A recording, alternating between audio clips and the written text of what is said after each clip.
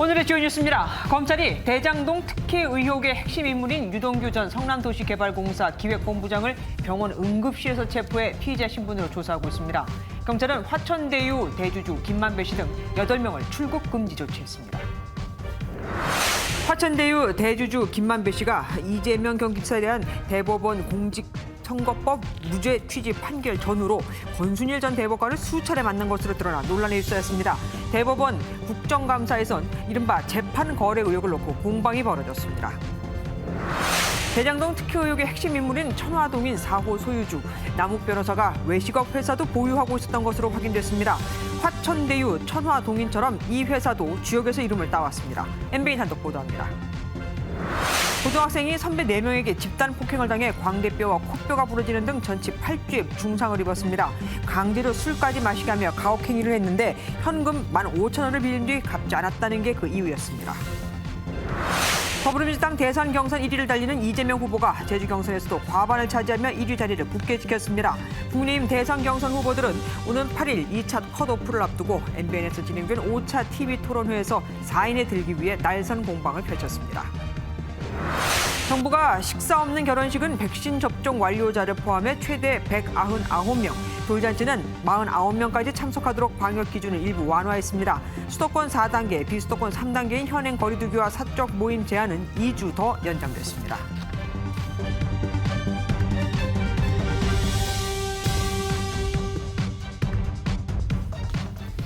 대장동 의혹과 관련해 정영학 회계사가 검찰에 제출한 녹취 파일에는 유동규 전 성남도시개발본부장과 화천대유 대주주인 김만배 씨 그리고 정 회계사가 이익 분배 방안을 놓고 논의한 내용이 담긴 것으로 알려지고 있죠. 진짜로 민간 사업자의 수익 배분에 유 전 본부장이 관여했다면 문제는 아주 심각해집니다. 그래서 검찰이 어제 소환을 거부한 유 전 본부장을 병원에서 긴급 체포했습니다. 경찰도 김만배 씨 등 8명을 출국 금지했습니다. 첫 소식 윤기란 기자가 시작합니다. 유동규 전 성남도시개발기획본부장은 애초 오전 10시에 검찰에 출석할 예정이었습니다. 하지만 새벽에 급성 복통을 호소하며 응급실에 간 유 전 본부장은 치료 등을 이유로 출석을 1시간 미뤘습니다.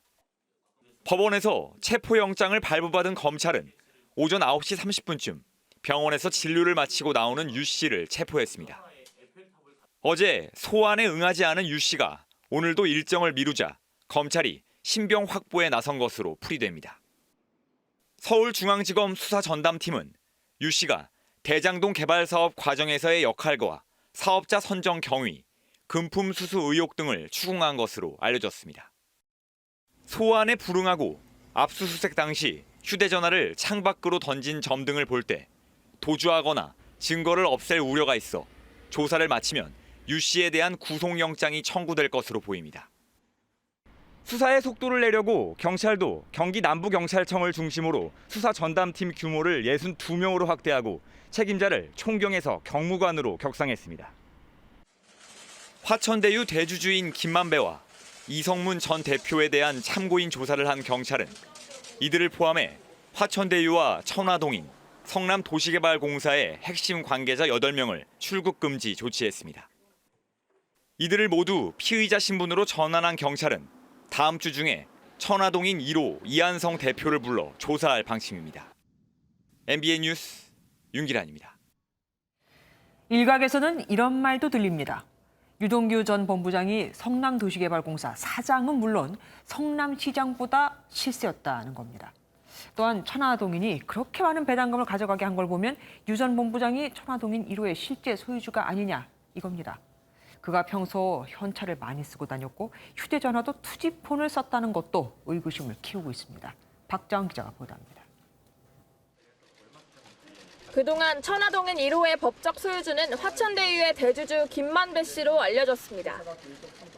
하지만 정영학 회계사는 검찰에 제출한 진술서 등을 통해 천화동인 1호의 실소유주가 유동규 전 본부장이라고 주장하는 것으로 전해집니다. 천화동 1호를 가지고 있고 이게 1억을 넣어서 1,200억을 가져갔는데요. 근데 이제 그 돈이 이제 사실상 유동규 씨 거다라는 얘기들이 있었죠. 취재 내용을 종합하면 유 전 본부장은 당시 성남도시개발공사에서 근무하며 대장동 사업을 설계했기 때문에 천화대유의 이름을 올리는 건 어려웠습니다.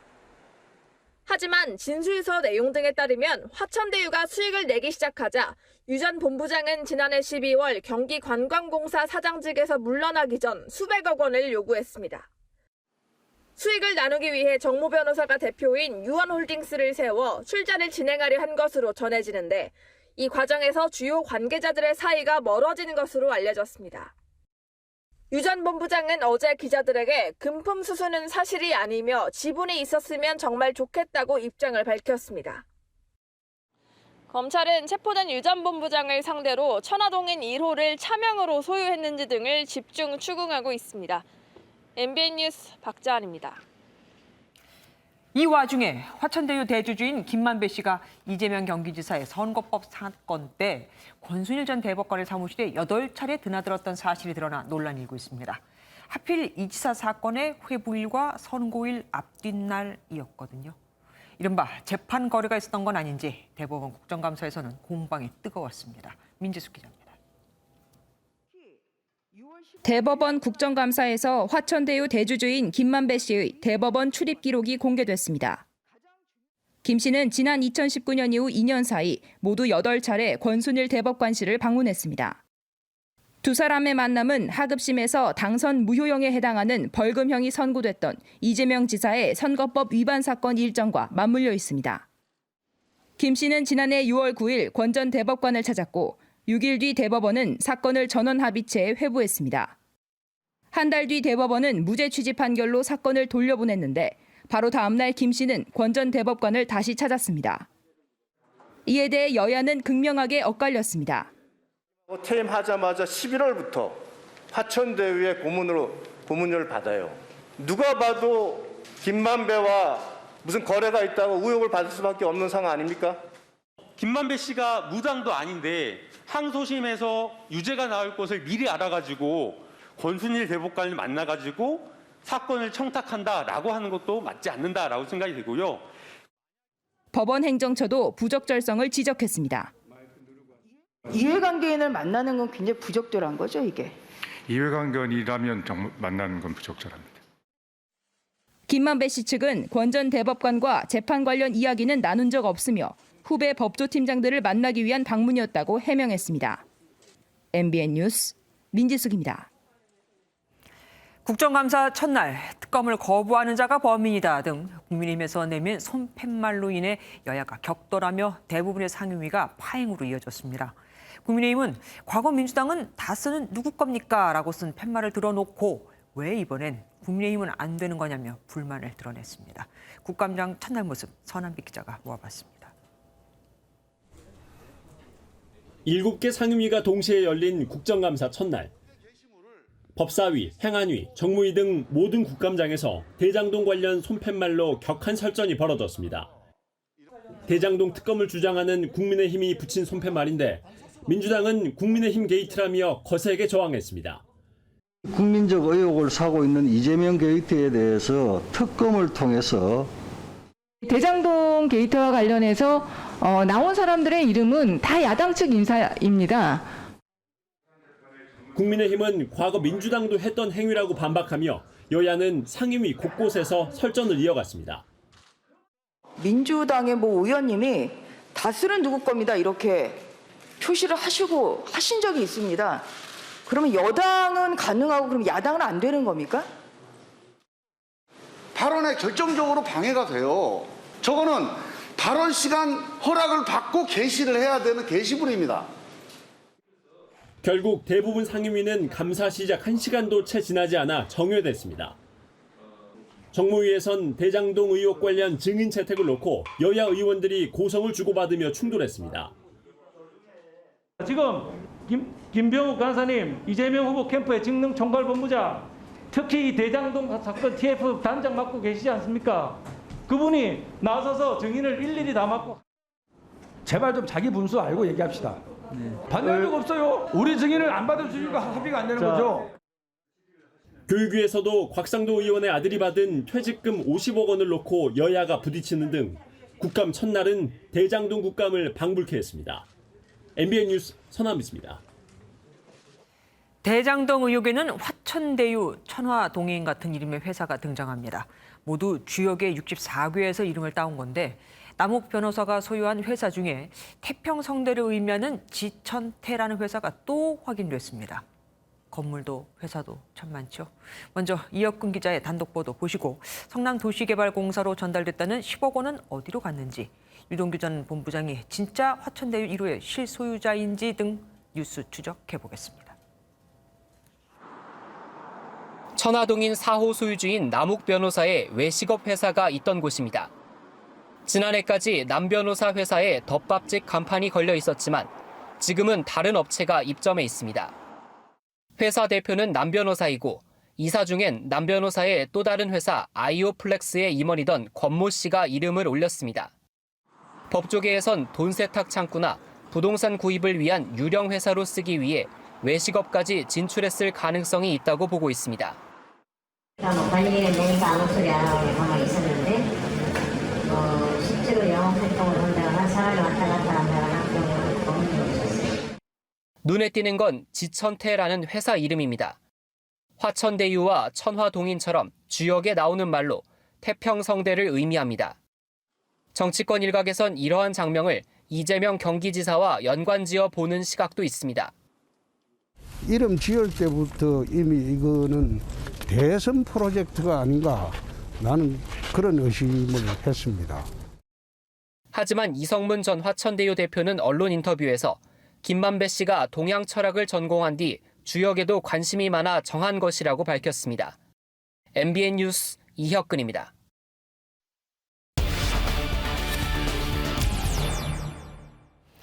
사회부 김지영 기자와 대장동 의혹에 대해서 더 깊이 알아보도록 하겠습니다. 김 기자, 대장동 의혹의 핵심 인물인 유동규 전 본부장, 이분이 붙잡혔는데 병원에서 잡혔다고요? 네, 유 전 본부장은 어제 오후 경기도 용인의 자택을 나서는 모습이 저희 취재진에 포착이 됐는데요. 저희 기자가 밤 11시까지 자택 앞에서 기다렸지만 유 전 본부장은 귀가하지 않았습니다. 취재진이 집 앞에 있는 걸 알고 외부에서 바로 검찰 조사에 응하려 했던 것으로 보이는데 건강 문제로 또다시 출석 시간을 미루다가 결국 검찰에 체포된 겁니다. 아무래도 수사의 초점은 특혜 의혹이겠죠? 네, 일단 유 전 본부장은 모든 혐의를 부인하고 있습니다. 검찰 수사는 대장동 개발 이익을 두고 유 전 본부장과 화천대유 간 사전 논의가 있었는지, 그리고 성남도시개발공사 등에 흘러들어갔다고 전해진 10억 원 상당의 로비의 실체를 밝히는 게 핵심입니다. 실제 2015년 당시 대장동 사업 인허가 과정에서 관여했던 그 공사 간부가 외제차를 구입해 구설에 올랐다는 이야기도 전해지는데요. 네. 또 화천대유 임직원들이 대장동 미분양 아파트 수채를 분양받은 것으로 알려지는데 이걸 공사나 또는 성남시의회 등 관을 대상으로 한 로비 목적이라는 의혹이 나오고 있습니다. 그러니까 싸게 산 집으로 어떻게 로비를 좀 해보려고 했다, 뭐 이렇게 추측을 하는 거군요. 네. 유 전 본부장이 천화동인 1호의 실소유주다라는 말이 계속 들립니다. 사실 이 천화동이 1호 말고도 2호에서 7호 이렇게 다른 관계사도 사실상 돈을 챙겨줘야 하는 실소유주가 있다는 의혹이 있습니다. 네. 이 부분도 검찰 수사의 핵심인데요. 법조계 한 관계자는 사건이 터지면서 차명 주주들은 돈을 받기 어려울 것이라며 부동산 쇼핑도 이들에게 돈을 챙겨주기 위한 것으로 보인다고 말했습니다. 유 전 본부장이 이렇게 수사를 받으면 그러면은 수사가 그 윗선으로 이어질 가능성도 있습니까?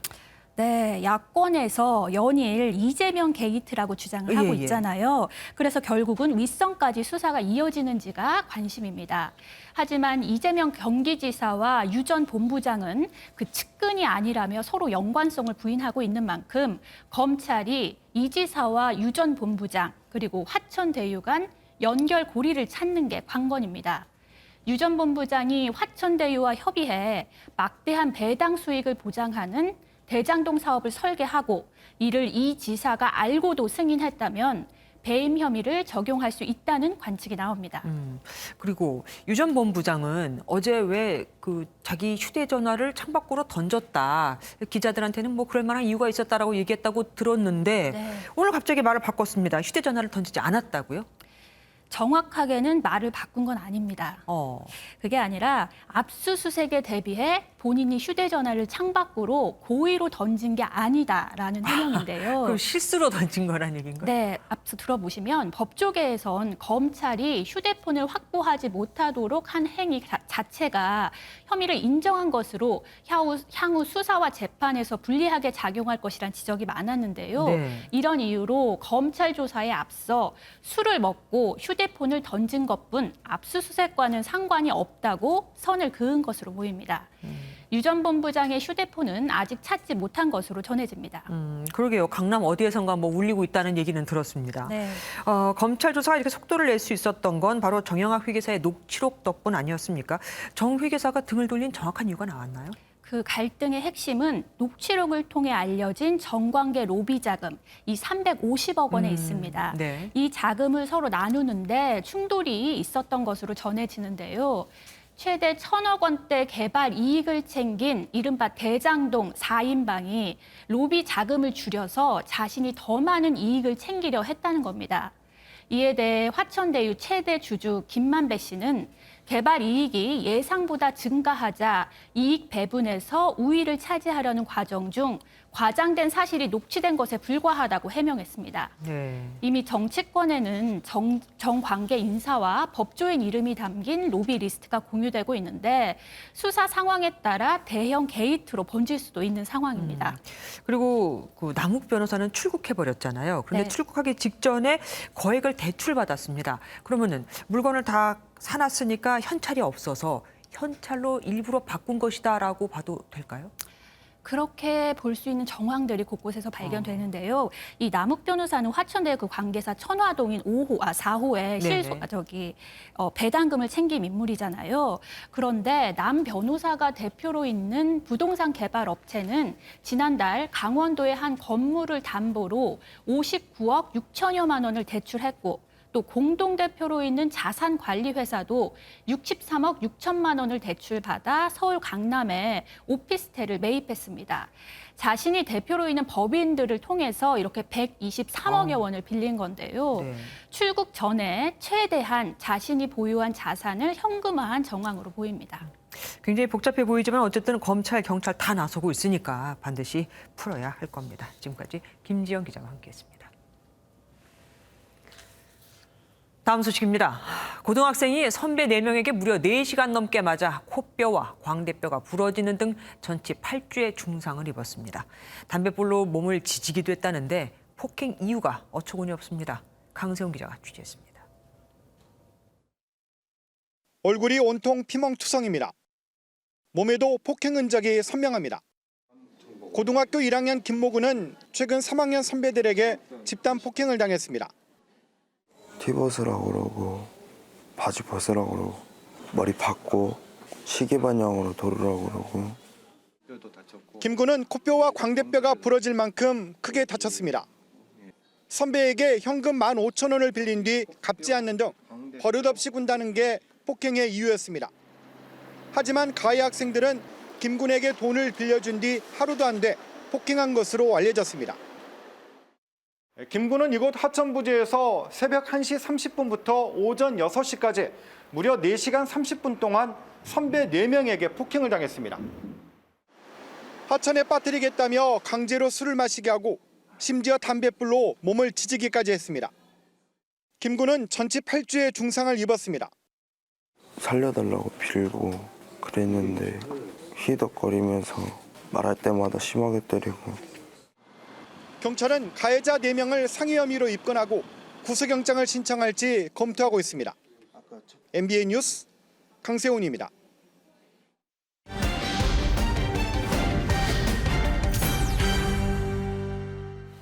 얼마 전 서울 선릉역 사거리에서 오토바이 배달 기사가 덤프트럭에 치여 숨지는 안타까운 사고가 있었습니다. 트럭 운전사가 사이드미러로 오토바이를 보지 못했기 때문인데 실제로 기자가 탁 왔더니 조수석 옆에 있는 사이드 미러로는 바로 그 옆에 있는 오토바이나 사람은 물론 승용차도 잘 보이지 않았습니다. 덤프트럭 사각지대가 얼마나 위험한지 김민영 기자가 취재했습니다. 지난 20년 동안 25톤 덤프트럭을 몰아온 신호생 씨.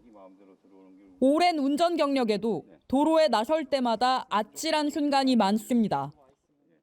저희는 뭐 차가 덩치가 크고 짐을 실으면 중량이 한 40톤 정도가 나가니까 뭐 급제동이나 이런 게 잘 안 되니까 최고 위험한 게 우회전할 때죠. 사각이 형성되는 게 제일 많은 부분이 우회전할 때 생기는 거니까요. 가장 큰 사각지대는 조수석 문 바로 옆. 보행자가 트럭 코앞까지 걸어가도 조수석 거울엔 보이지 않습니다. 이렇게 조수석 거울엔 아무것도 비치지 않지만 저는 트럭 바로 옆에 서 있었습니다. 트럭 오른쪽 사각지대에 서 있는 보행자는 운전석에서 전혀 보이지 않는 겁니다. 덤프트럭이 우회전할 때 사각지대가 어느 정도로 생기는지 실험해봤습니다. 어디 갔지 오토바이가? 미리 약속한 대로 경적을 울리지 않았더라면 오토바이가 우회전하던 덤프트럭과 그대로 충돌할 뻔했습니다.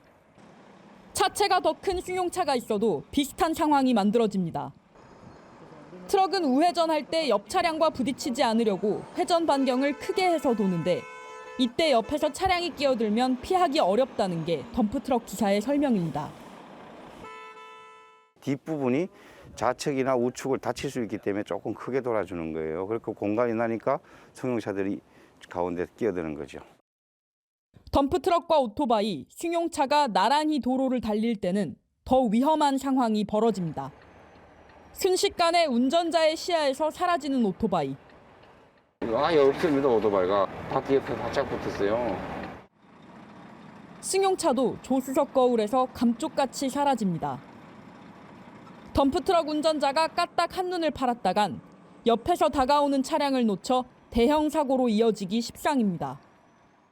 덤프트럭처럼 차체가 높은 자동차의 주변에 가까운 반경 한 1, 2m 부근 앞쪽이나 측면 그다음에 뒤쪽은 거의 안 보이게 되죠. 가급적이면은 큰 트럭이나 화물차는 가까이 가지 않는 것이 큰 화라 문제를 일으킬 수 있는 것들을 예방할 수 있는 것이다. 덤프트럭과 대형 화물차 사고는 매년 3만여 건. 덤프트럭 운전자의 각별한 주의도 필요하지만 덤프트럭 주변에서 무리한 앞지르기는 하지 않는 게 사고를 예방하는 방법입니다. MBN 뉴스 김민영입니다. 매년 해양 쓰레기가 10만 톤 넘게 수거된다는 걸 아십니까? 해를 거듭할수록 그 양은 늘어만 가는데 정작 이를 처리할 시설은 없고 수거 인원도 줄고 있습니다. 해양 쓰레기 문제는 점점 더 심각해지건만 현실은 반대로 가는 겁니다. 장명훈 기자가 현장 취재했습니다. 서울에서 차로 1시간 거리에 있는 인천의 한 바닷가. 파도를 타고 떠내려왔거나 육지에서 유입된 쓰레기들이 아무렇게나 방치돼 있습니다. 녹잇은 이 통발 같은 폐 어구가 가장 많이 버려져 있고요. 우산 같은 생활 쓰레기도 쉽게 찾아볼 수 있습니다. 하루 수십 척의 낚싯배가 오가는 인근 연안부두도 상황은 마찬가지. 전문가의 도움을 받아 둘러보니 선박 충격 방지용 타이어와 낚시 용품은 기본, 좌변기 조각 같은 황당한 쓰레기도 발견됩니다. 해안가 같은 경우는 유리가 깨져서 발을 다치는 경우도 많을 거고요. 미생물들이 자라가지고 썩어요. 그래서 악취가 굉장히 심해요. 해양 쓰레기는 해마다 늘어나는 추세로 지난해 수거된 양은 약 15만 톤, 덤프트럭 10,000대 분량입니다. 하지만 대응은 부실하기 짝이 없습니다.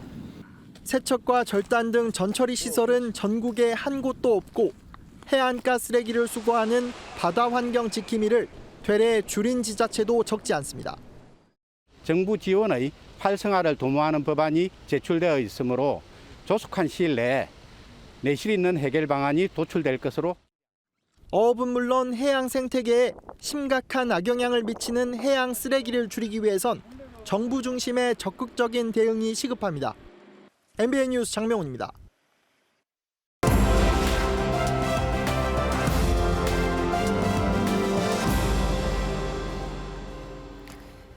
키워드를 살펴보는 화제의 뉴스, 빅뉴스 시간입니다. 오지혜 기자와 함께합니다. 어서 오십시오. 첫 번째 키워드 뭡니까?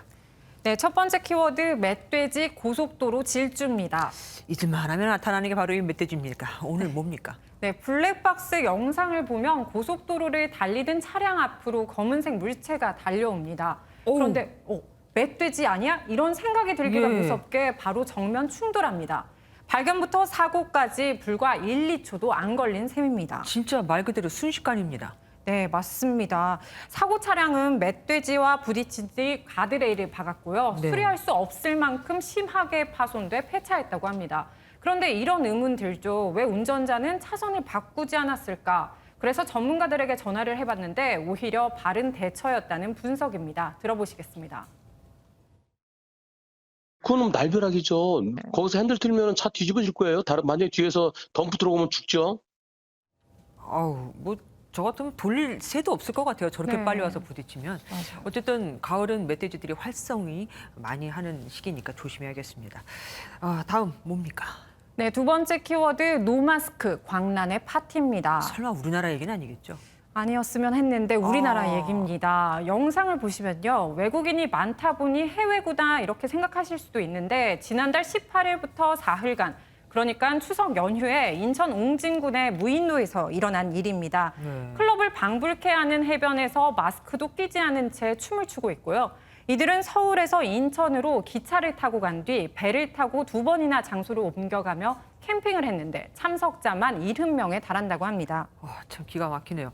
저들은 그러면 처벌할 수 있는 겁니까? 네, 일단 청와대 국민청원 홈페이지에 이렇게 처벌해달라는 글이 올라왔습니다. 예. 그래서 공론화되기 시작했고요. 청원인은 1년 내내 마스크를 쓰고 불편함을 인내하며 남들을 배려하는 사람들을 바보로 만드는 이런 사람들을 한 명도 빠짐없이 찾아내서 처벌해야 한다고 주장했습니다. 하지만 지자체는 배를 탄 외국인들 명단조차 확보하지 못하고 있습니다. 설상가상 이날 파티에 참석한 외국인 중 일부가 코로나19 확진 판정을 받았고요. 개천절이 끼어있는 이번 주말에도 집단 파티 계획이 있는 것으로 알려져 불안감과 공분을 키우고 있습니다. 그러면은 진짜 우려가 현실이 된 거 아닙니까? 네. 정말 무책임합니다. 세 번째 키워드 볼게요. 네, 세 번째 키워드는 칼부림 부른 주유 대란입니다. 이거는 우리나라 아니죠? 네, 맞습니다. 영상 보면서 설명드릴게요. 차량들 사이로 남성끼리 주먹을 무차별하게 휘두릅니다. 네, 거의 풀스윙이죠. 네네. 발차기에 또 바닥을 뒤엉켜서 몸싸움을 벌이고 이 과정에서 흉기로 위협하기도 합니다. 요즘 영국 주유소 주변에서는 대기줄 새치기로 이 같은 실랑이가 자주 벌어진다고 합니다. 그러니까 이제 기름을 넣겠다고 줄 서 있다가 지금 싸우는 거라 이거죠? 네. 제가 알기로 아마 한 8일째 됐을 거예요. 저렇게 기름 대란이 된 지가. 네, 그런데 맞습니다. 슈퍼스타 호날두도 7시간 가까이 기다려야 했다고요. 네, 맞습니다. 맨유의 간판 스타인 축구 선수 호날두. 이 한국 돈으로 3억 5천만 원이 넘는 벤틀리뿐 아니라 페라리와 람보르기니 등 네로라하는 슈퍼카 여러 대를 갖고 있는데요. 지난달 말 호날두 선수는 벤틀리 주유를 위해서 집 근처에 있는 주유소에 경호팀과 함께 갔습니다. 그런데 급유 차량이 오지 않아서 결국 이날 오후 9시가 넘어서 빈손으로 돌아갔습니다. 아무리 돈이 많아도 소용없는 거네요. 네, 맞습니다. 다음 키워드 볼게요. 네, 다음 키워드는 가짜 풍력 발전기입니다. 발전기면 전기를 만들어야 되는데 가짜가 있습니까? 네, 그렇습니다. 다들 기억하실 텐데요. 지난 2월 전남 신안이었죠. 신안을 찾은 문재인 대통령은 가슴 뛰는 프로젝트가 있다며 신안 풍력단지 계획을 발표했습니다. 들어보시겠습니다. 2030년까지 48조 5천억 원의 투자가 이루어지고 12만 개의 일자리가 만들어집니다. 네, 서울과 인천의 모든 가정이 사용할 수 있는 한국형 신형원전 6기 발전량이라고 소개했는데요. 당시 이런 발표를 위해 조성된 행사장 주변으로 풍력 발전기 보이시죠? 네네. 네, 이게 모형이었습니다. 그리고 조성에만 3억 원이 들어갔다고 한무경 의원실이 밝힌 겁니다. 모형이요? 네. 지난번 공공임대주택 때도 보여주기식 행정이라고 굉장히 말이 많고 논란이 많았었는데 이번에도 그러면은 저런 행사 때문에 또 혈세가 들어간 거 아닙니까? 네, 그렇습니다. 그래서 모형 풍력 발전기다 보니 아무리 봐도 인위적으로 날개가 돌아가게 하려면 돈이 또 필요하겠죠. 그렇죠. 그래서 추가로 3천만 원을 더 내고 발전기 등을 대여했고요. 현재 이 모형은 전라남도 청사안의 상징물로 설치된 것으로 알려졌습니다. 그러니까 전기를 만드는 풍력 발전기가 아니라 전기를 쓰는 발전기가 나왔습니다. 웃어야 할지 울어야 할지. 다음 키워드 볼게요. 네, 마지막 키워드는 쓰레기통으로 제압입니다. 누구를 제압했습니까? 네, 제압 대상 궁금하시죠? 네. 바로 악어입니다. 네, 영상을 보면 한 남성이 파란색 뚜껑을 열고 쓰레기통을 눕힌 채 악어에게 조금씩 다가갑니다. 악어는 입을 크게 벌린 채로 서서히 뒷걸음질을 치더니 쓰레기통에 들어가고요. 이 남성은 기회는 이때다 쓰레기통 뚜껑을 닫아 악어를 가둡니다. 악어의 세참 몸부림에도 침착하게 제압한 이 남성은 미국 플로리다주에 거주하는 육군 참전 용사였고요. SNS에 보호해야 할 아이들이 있었다고 짧은 소감을 밝히며 화제가 되기도 했습니다. 참전 용사이자 아이들의 영웅, 마을의 영웅이 됐습니다. 여기까지 드릴게요. 오지혜 기자와 함께했습니다. 북한이 남북통신연락선 복원 의사를 밝힌 지 하루 만에 신형 지대공 미사일을 시험 발사했다고 밝혔습니다. 정작 통신선 연락은 받지도 않았죠. 올 들어 7번째 무력 도발인데 이번 신형 미사일의 특징은 사거리가 2~3배 더 늘어났다는 겁니다. 이상은 기자가 보도합니다. 북한이 조선중앙TV를 통해 신형 반항공 미사일의 발사 소식을 알렸습니다. 국방과학원이 9월 30일 새로 개발한 반항공 미사일의 종합적 전투 성능과 함께 발사대, 탐지기, 전투 종합지휘차의 운용 실용성을 확증하는 데 목적을 두고 시험 발사를 진행한 소식을 반항공이란 적의 항공기 침입을 대비한다는 뜻으로 반항공 미사일은 지상에서 공중 목표를 대상으로 공격하는 지대공 미사일입니다. 이번 반항공 미사일은 기존과 달리 부스터 등 이중 추력형 모터를 사용해 사거리가 2배에서 3배 늘어난 신형으로 추정됩니다. 또 요격 미사일 상단과 하단에 조종 날개를 사용하는 이른바 쌍타 조종 기술로 기동성을 높였습니다. 전문가들은 늘어난 사거리와 기동성에 주목해야 한다고 말합니다. 기존 북한 미사일과 달리 높은 기동 성능을 가지고 있기 때문에 우리 공군 전투기 활동이 과거보다 위축될 수밖에 없을 것으로. 북한은 1월 순항미사일부터 시작해 9월에만 신형 장거리 순항미사일과 극초음속 미사일, 그리고 이번 반항공 미사일까지 올 들어 총 7차례 도발을 단행했습니다. 합참은 북한 반항공 미사일에 대해 추가 분석 중이라고 밝혔습니다. MBN 뉴스 이상은입니다. 더불어민주당 제주 대선 경선에서 이재명 후보가 다시 과반 득표로 승리하며 본선 직행 가능성을 높였습니다. 내일과 모레는 부울경, 인천 경선과 2차 슈퍼위크가 이어지는데 투표율이 저조해지면 이낙연 후보 입장에서는 막판 뒤집기가 어려워집니다. 백길종 기자가 보도합니다. 지난주 광주 전남에서 처음으로 1위를 내줬던 이재명 후보가 전북에 이어 제주에서도 과반 득표하며 기세를 이어갔습니다.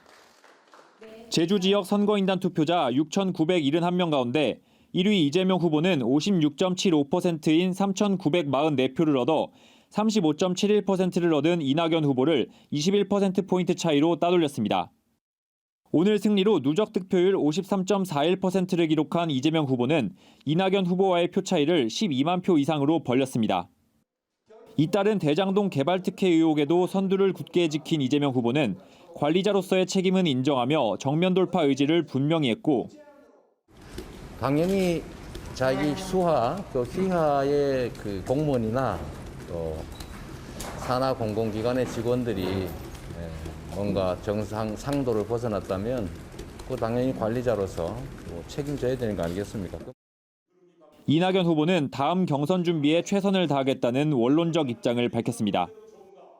제주도민의 표심을 감사히 받아들입니다. 저를 지지해 주신 분들을 감사드리고 지지해 주지 않으신 분들의 마음도 있는 그대로 받아들이겠습니다. 내일은 부산, 울산, 경남, 모레는 인천 지역 순회 경선이 이어집니다. 인천에서는 49만여 명의 선거인단이 참여하는 2차 슈퍼위크 결과도 함께 공개되는데 온라인 투표율이 1차 슈퍼위크 때보다 20%포인트 낮은 49.68%에 불과한 점이 눈에 띕니다. 이미 선거가 후반부에 접어든 상황에서 투표율마저 떨어지며 후보들의 막판 뒤집기가 어려워졌다는 분석이 나옵니다. MBN 뉴스 백길종입니다. 방금 전 MBN에서 주관하는 국민의힘 대선 경선 후보 5차 토론회가 끝났습니다. 후보들은 대장동 사태에 대해서는 한 목소리로 이재명 후보를 비판했고 보수 괴멸 책임을 놓고는 윤석열, 홍준표 두 후보가 치열한 공방을 벌였습니다. 신재 기자가 보도합니다. 검사재직 시절 화천대유의 실소유주 김만배 씨와의 관계를 의심받는 윤석열 후보는 전화 한 통 해본 적 없는 사이라며 선을 그었습니다. 전화도 한 통도 한 적도 없습니다. 네, 그렇습니다. 다만 8명의 후보들은 입을 모아 대장동 사태의 몸통은 이재명 후보라고 주장했습니다. 모든 것들이 지사 권한에 있기 때문에 제 눈에는 이 구조가 환히 보입니다.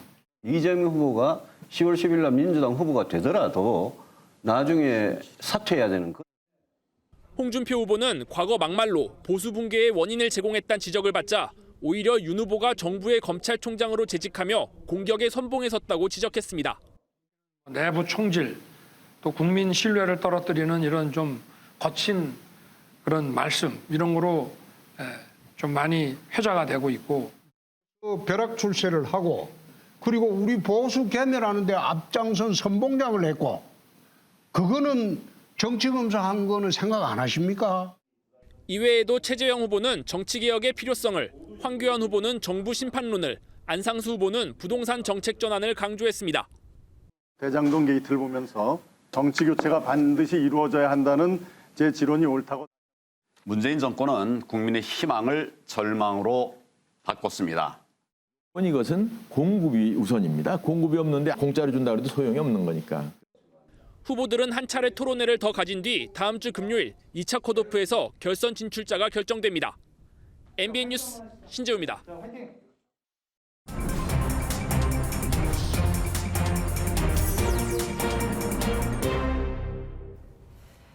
오늘 있었던 정치권 뒷이야기를 알아보는 정치 톡톡 시간입니다. 오늘은 정치부 안보람 기자와 함께합니다. 어서 오십시오. 오늘부터 국정감사가 시작됐잖아요. 그런데 손팻말 시위를 놓고 아주 치열하게 여야가 부딪혔습니다. 네, 예상은 했지만 예상보다 훨씬 더 치열했던 것 같습니다. 손팻말 시위를 놓고 상임위 곳곳에서 여야가 충돌했는데요. 과방위에서는 표현의 자유를 거론하며 신경전이 펼쳐졌습니다. 해당 영상 먼저 보시겠습니다. 예를 들면 윤석열, 홍준표 막 걸어놓고 그러면 이게 국감장입니까? 아수라장이지? 표현의 자유를 지금 거기는 되고 여기는 안 된다는 건 논리가 없잖아요. 표현의 자유를 왜 거기다 갖다 붙입니까? 참, 그래서 어떻게 됐습니까? 뭐 네. 사실 이렇게 질문하면 유치하지만 누가 이겼습니까? 네, 일단 이원욱 과방위원장이 간사 협의를 하라고 했는데 이를 두고도 언성이 높아졌습니다. 잠시 회의를 좀 이따가 시작할 테니 간사 간에 좀 협의를 좀 해주시고. 국정감사 하지 맙시다 그러면. 이건 여야 간 간사 간 합의할 사안이 아니에요. 위원장께서 적절하게 판단해 주십시오. 10시에 시작하기로 했던 과방위는 이런 실랑이를 벌이다가 결국 시작도 못했는데요. 잠시 시간을 가진 뒤에도 더불어민주당 위원들은 들어오지 않았습니다. 기분에 따라서 위원장이 간사 그러니까는 회의도 안 하고 10시 20분까지 들어온다 해놓고는 위원장 말이 이게 뭐예요 이게. 여당의 요구대로 손팻말을 다 떼고 오후 2시가 되어서야 회의는 시작됐습니다. 승자는 없었네요. 국민의힘 이준석 대표하고 조수진 최고위원이 곽성도 의원을 놓고 충돌했습니다. 네, 이준석 국민의힘 대표가 곽상도 의원 처리 문제를 놓고 어젯밤 긴급 최고위를 소집했는데요.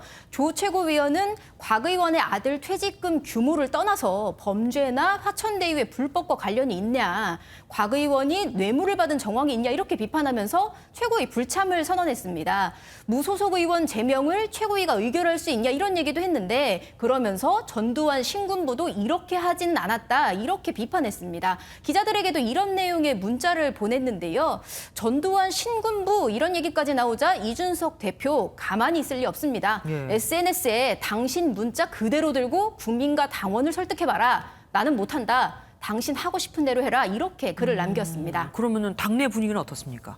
네, 국민의힘 대선 주자들은 절이 싫으면 중이 떠나라 이런 식으로 조 최고위원을 비판했는데요. 오늘 TV 토론에선 홍준표 후보가 이와 관련해서 곤란함을 겪기도 했습니다. 제명보다 저는 곽 의원이 자진 사퇴를 좀 했으면 좋겠습니다. 이미 정치를 알 수가 없어요. 이미 곽 의원이 난 사퇴 절대 안 하겠다. 분명히 입장을 밝혔어요. 본인이 뭐 완전히 거부한 걸 가지고 같은 지역이고 뭐 검사 후배라고 봐주시는 겁니까? 홍준표 후보, 하태경 후보 비판에 당황하는 모습을 보이기도 했는데요. 조 최고위원도 논란이 일자 곽 의원을 두둔한 게 아니다. 여당과 싸우는 게 먼저다. 이런 취지라고 설명했습니다. 관련해서 곽상도 의원이 내일 10시 기자간담회를 잡은 것으로 방금 전에 확인이 됐는데요. 예. 이례적으로 주말에 회견이 잡힌 것을 두고 자진 사퇴를 결심한 게 아니냐 이런 전망이 나옵니다. 봐야겠네요. 그리고 이재명 경기지사의 반응이 참 저는 놀라웠습니다.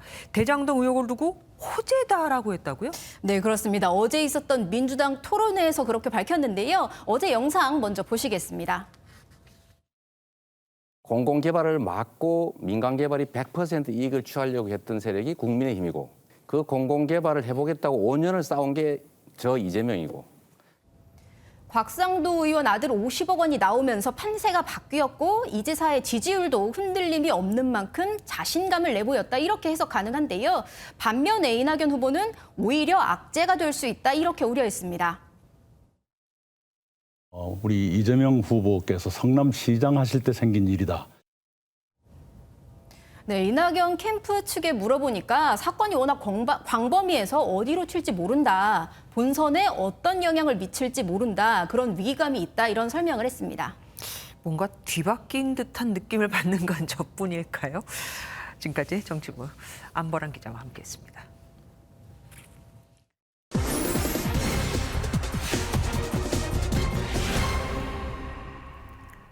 옛말에 가을 모기가 독하다고 하죠. 그래서인지 가을인데도 아직 모기 걱정하는 분들이 많습니다. 아니, 오히려 한여름에 안 보이던 모기가 더 기승을 부리는 것도 같죠. 실제로 여름보다 가을에 모기가 더 많은 건지 정태훈 기자가 사실 확인해서 알아봤습니다. 8월 말 처서가 지나면 모기잎이 삐뚤어진다는 속담이 있지만 가을 모기도 많이 보입니다. 실제로 여름철보다 초가을인 9월에 모기가 더 많은지 확인해봤습니다. 서울 지역의 8월과 9월 모기 포집량을 비교해봤습니다. 올해는 아직 집계가 끝나지 않았지만 8월과 큰 차이가 없을 것으로 보이고 다른 해엔 대체로 9월 모기가 더 많습니다. 지난해엔 15%나 더 많았습니다. 9월에 모기가 기승을 부리는 이유는 온도 때문입니다. 모기가 활동하기에 좋은 온도는 27도 정도입니다. 30도가 훌쩍 넘는 폭염 속에선 모기도 활동하기가 어렵습니다. 이 온난화로 여름 더위가 심해지면서 한여름엔 모기가 줄고 더위가 한풀 꺾인 9월이면 모기가 다시 나타나는 겁니다. 그러면 모기가 가장 많은 시기는 9월일까요? 연도별 모기 포집량을 살펴보니 모기가 가장 많은 시기는 7월이었습니다.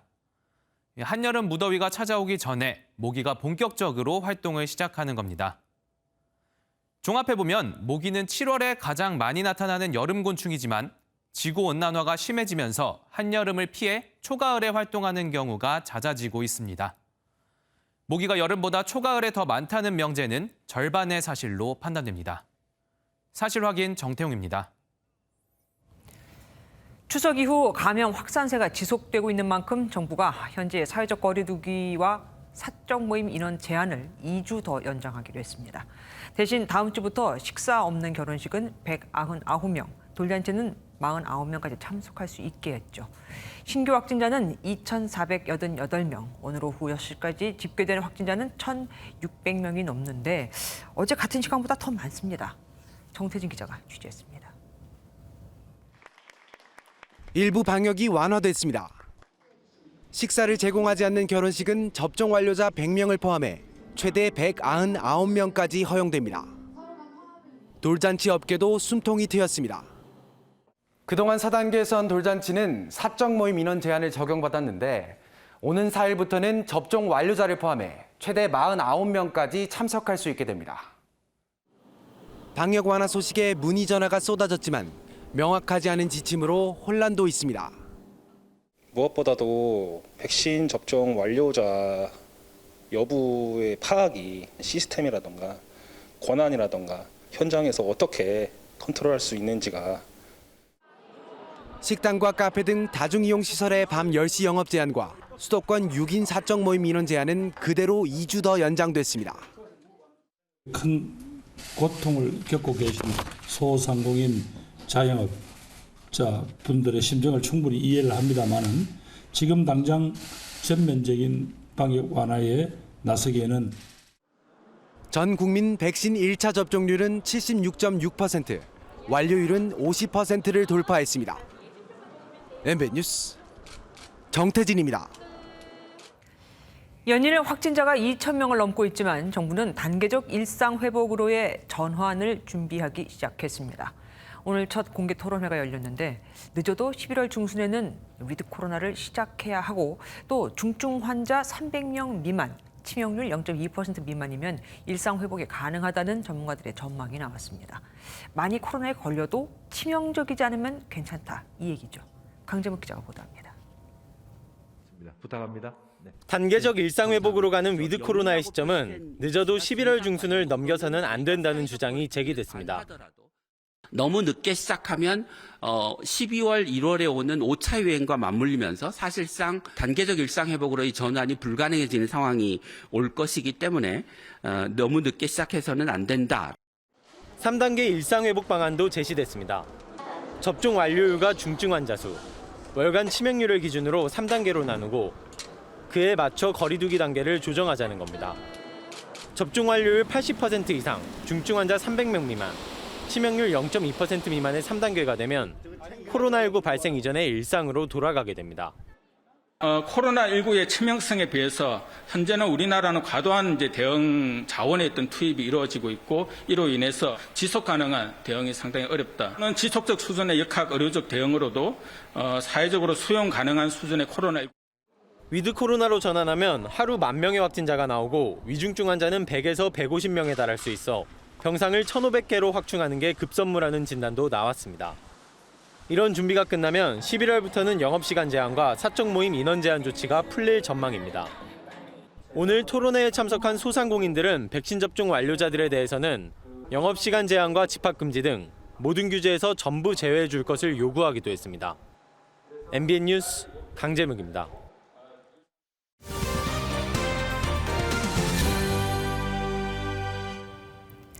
시간이 갈수록 더 왕성한 활동을 하고 있는 배우 이순재 씨가 이번에는 연극 무대에 섭니다. 연극 리어왕의 단독 주연을 맡았는데 무려 3시간짜리. 젊은 사람도 쉽지 않은 도전입니다. 이동훈 기자가 만났습니다. 나의 65년 연기 인생 경험을 모두 녹여내겠다. 올해 88세 공연계 최고령 배우 이순재 씨가 단독 주연으로 연극 무대에 오릅니다. 셰익스피어의 고전인 리어왕을 3시간여 동안 이끌어갑니다. 연출자와 함께 해외 자료를 찾아가며 가장 원작에 가까운 작품을 만들었습니다. 오리지널은 오리지널대로 한번 해보자. 왜? 역시 오리지널 이상이 없다는 얘기입니다. 내 얘기는. 요새 뭐 나름대로 재해석한다 재해석해봤자 원전 이상의 재해석이 없어요. 말괄량이 길들이기, 맥베드 등 여러 셰익스피어 작품을 거쳤던 이순재 씨는 이제 자신의 나이에 맞는 리어왕 역을 맡아 매일같이 연습에 구슬땀을 흘리고 있습니다. 워낙에 대작이기 때문에 3시간짜리예요. 그래서 대사도 많고 또 쉽지 않은 연극이기 때문에 최선을 다해야 되겠다 하는 생각이에요. 게다가 이제 이렇게 간판 고정 내 얼굴이 나오니까 연극만이 아니라 드라마, 예능 프로그램에서도 전 국민적인 사랑을 받은 이순재 씨는 무대 이후에는 스크린으로 팬들을 만날 예정입니다. 아마 영화를 한 편 찍어야 될 것 같아요. 그게 이제 아주 소재가 재밌어요. 한 레스토랑 안에서 벌어지는 한 사건, 이 가족 간에 모여가지고 그 재산권 때문에 살인 사건이 벌어져. 청년 시절 연극을 시작할 때와는 확 달라진 우리나라 문화 콘텐츠의 위상, 또 후배 연기자들에 대해선 뿌듯해했습니다. 오징어 게임이 넷플릭스를 통해서 1위가 됐다. 이제 우리 콘텐츠가 이제 그런 수준으로 올라갔다고. 그건 이제 뭐 재작년에 우리 기생충이라든지, 또 우리 윤여정이라든지 이런 사람들의 기여도가 근데 이제 그 수준이 된 거예요. 이순재 씨는 힘든 상황을 겪고 있는 기성세대와 젊은이들에게도 응원의 말을 덧붙였습니다. 그런 훌륭한 자질들을 가지고 있는 게 우리의 바탕이다. 이게 본인이 좌절하지 않고 어떤 나름대로 구체적 목표를 세우고 정진하게 되면 다 이뤄낼 수 있어요. 고향인 연극으로 돌아온 배우 이순재 씨. 맡은 역할에 언제나 최선을 다하는 모습이 많은 것을 느끼게 해줍니다. MBN 뉴스 이동훈입니다.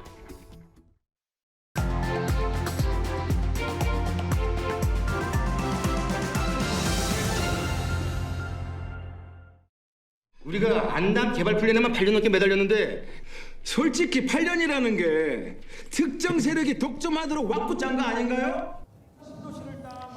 이권과 성공을 위해 각종 범죄를 저지르는 가공의 도시 안남시 시장과 그 뒷일을 처리해주는 대가로 돈을 받는 강력계 형사, 그리고 독종 검사에 물리고 물리는 이전 투구를 그린 영화 아수라가 개봉 5년 만에 다시 조명을 받고 있습니다. 영화 내용과 대장동 개발 사업 특혜 의혹이 기묘할 정도로 닮았다는 말이 나오고 있거든요. 특히 이번엔 유달리 부조리와 부정부패를 막아야 할 법조인들의 이름이 많이 거론돼 그 진위 여부에 관심이 쏠리고 있습니다. 대장동 개발사업 시행사 화천대유의 고문으로 딸이 화천대유 직원으로 입사해 아파트까지 분양받은 박영수 전 특검. 이재명 선거법 위반 사건에서 대법원 무죄 판결을 주도했다는 권순일 전 대법관.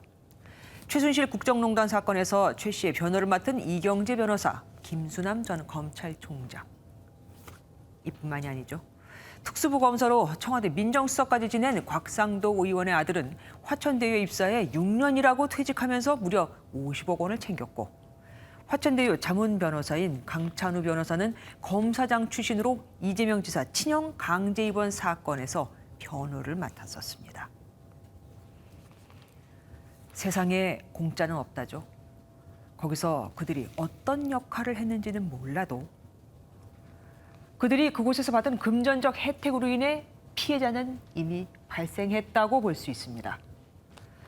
대동강 물을 팔아먹은 봉이 김선달도 놀랄 화천대유의 돈잔치 덕에 대장동에서 땅을 소유하고 있던 원주민은 헐값에 쫓겨났고, 아파트를 보유하게 된 주민들은 최소 이들이 가져간 이익만큼은 더 비싸게 집에 들어갔을 테니까요. 법률은 가난한 사람들을 들볶고 부자는 그 법률을 지배한다. 오늘따라 이 글귀가 왜 이렇게 와닿는지 모르겠습니다. 김주아의 그런데 오늘은 대장동 의혹과 법조인들이었습니다.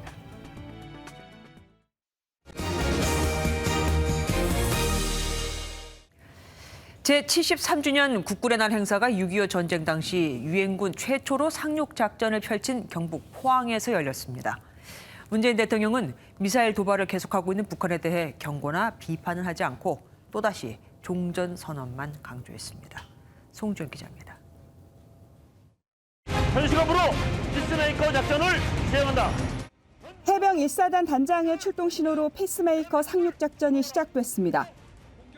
스텔스 전투기 F-35A 등으로 이루어진 공군 전투기 편대가 해안가에 공격을 퍼붓고, 해병대 특수수색대가 소형 고무보트를 타고 해안으로 접근해 장애물을 폭파시킵니다. 갈색과 흰색 연막을 내뿜으며 상륙 돌격장갑차 등도 해안을 향해 돌진합니다. 같은 시간 육군 아파치 편대는 열 추적 미사일을 피하려 플레이어를 발사하며 해병대 지원에 나서고, 마침내 해안에 상륙한 해병대원들이 돌격해 목표를 점령하고 태극기를 올립니다. 평화를 만드는 가장 강력한 힘, 대한민국 국군이 피스메이커 작전을 성공적으로 완수하였습니다. 해병대가 주관한 국군의 날은 이번이 처음입니다. 마라도암 함상에서 지켜본 문재인 대통령은 북한 미사일 시험에 대한 언급 없이 종전선언의 필요성을 강조했습니다. 이러한 신뢰와 자부심을 바탕으로 나는 한반도 종전선언과 화해와 협력의 새로운 시대를 국제사회에 제안했습니다. 문 대통령은 임기 마지막 국군의 날을 맞아 아프간 현지인 조력자들을 무사히 탈출시킨 공군 기동비행단의 특별상을 수여했습니다. MBN 뉴스 송주영입니다. 정부의 고교 서열화 해소 정책에 따라 4년 뒤면 전국의 모든 자율형 사립고가 일반고로 전환되죠. 강원도에는 민족사관고도 예외가 아니라 일반고로 전환한 뒤 강원도에서만 학생을 뽑아야 하는데, 일반고로 전환하지 않고 아예 폐교를 하겠다고 합니다. 어떤 사정이 있는 건지 심가연 기자가 취재했습니다. 강원도 횡성의 민족사관고등학교로 향하는 길목. 졸업생 중 노벨상 수상자 탄생을 기다리는 동상받침대 여럿이 늘어서 있습니다. 민사고에서는 일반고와 달리 학생들이 선생님의 교실을 직접 찾아다녀야 하는데 개설된 과목만 200개가 넘습니다. 석박사 학위를 가진 교사들이 상당수에 교사 1인당 담당 학생도 6.5명으로 일반고의 10.1명보다 적습니다. 선생님의 재량을 좀 더 많이 부여하고 자율권을 허락하고 있기 때문에 교육 철학이라든지 방향 같은 것들을 좀 감안해서 저희가 교육할 수 있는 것 같습니다. 하지만 4년 뒤면 일반고로 전환해야 합니다. 신입생 선발이 강원도 내로 제한되고 필수 교과 편성이 늘어나면서 현재의 교육 방식은 유지할 수 없게 됩니다. 축제를 위한 공부를 하지 말고 학문을 위한 공부를 하자인데 세계에게 선한 영향력을 끼치고 학문을 하는 그런 사람이 되는 건데 일반고에서 이런 생각을 심어줄 수 있는 학교는 사실 별로 안 된다 생각하고 학교 측은 대안으로 특성화고 전환을 희망하고 있지만 교육당국은 이마저도 부정적입니다. 다른 자사고나 외고와의 형평성 문제도 있습니다. 지체 없이 진행되어야 된다고 생각을 하고 그 외에 특권적 지위를 부여를 한다거나 그럴 계획은 현재로서는 없습니다. 협의가 이뤄지지 않으면 학교 측은 아예 문을 닫겠다는 입장입니다.